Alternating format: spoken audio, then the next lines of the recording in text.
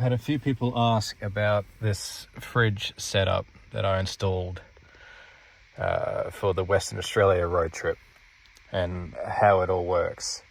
So basically, I fabbed up a bracket that I'll show later, but you can sort of see a bit of it there.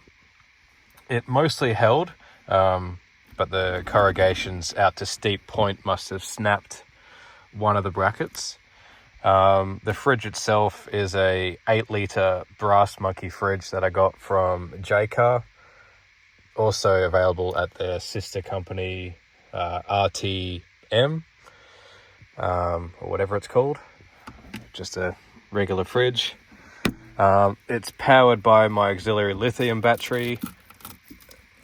Power comes from here, runs under the driver's seat, and to the battery in the boot. Yeah, and the way it's mounted, it fully works with a manual, but obviously if you had an automatic, it probably would fit even better. But yeah, I'll take this out and then I'll show you the bracket.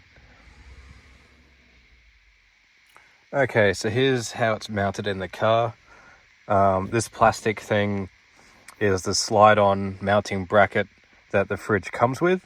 Basically, the feet go behind, slides in, and then these lock it into place.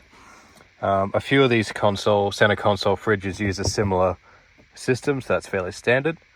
The way I mounted it, I had to use bolts here, not in the designated holes, just the way the brackets, or the mounting bracket system I developed, the way it fit, which meant I had to notch out a bit of the mounting feet just to clear the bolt heads. The ones back here were fine. Now that I've taken the fridge out, the bracket is actually solid. So I think the fridge might have come loose itself, maybe from the corrugations, and not the bracket, which is awesome. I think when I redo this for the next trip, I'll extend the support underneath just to give this back section a bit more rigidity.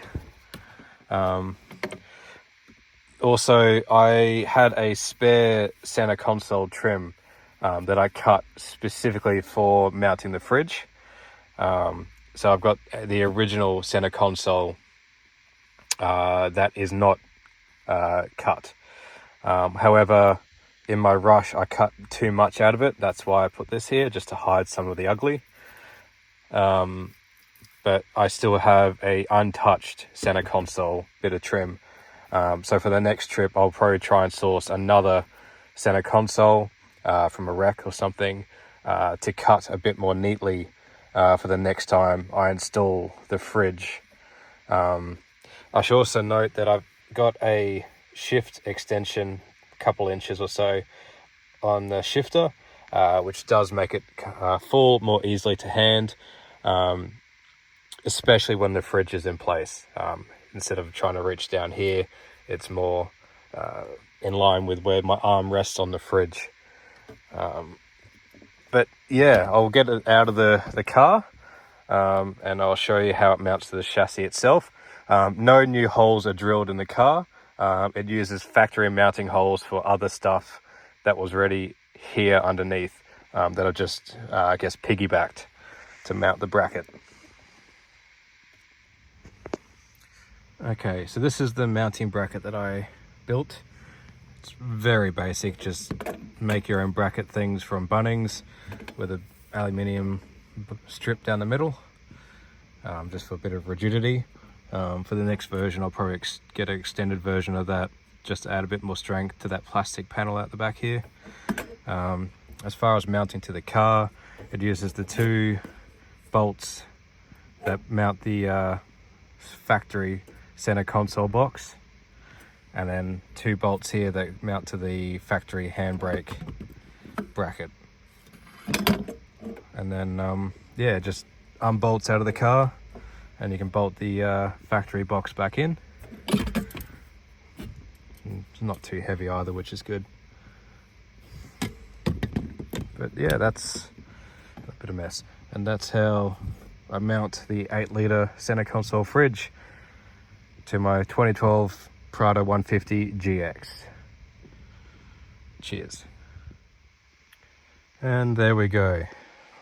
Back to factory center console and trim.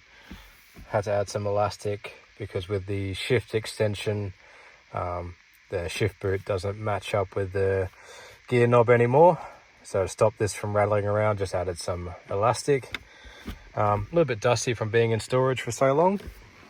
But yeah, it's weird not having the fridge here anymore.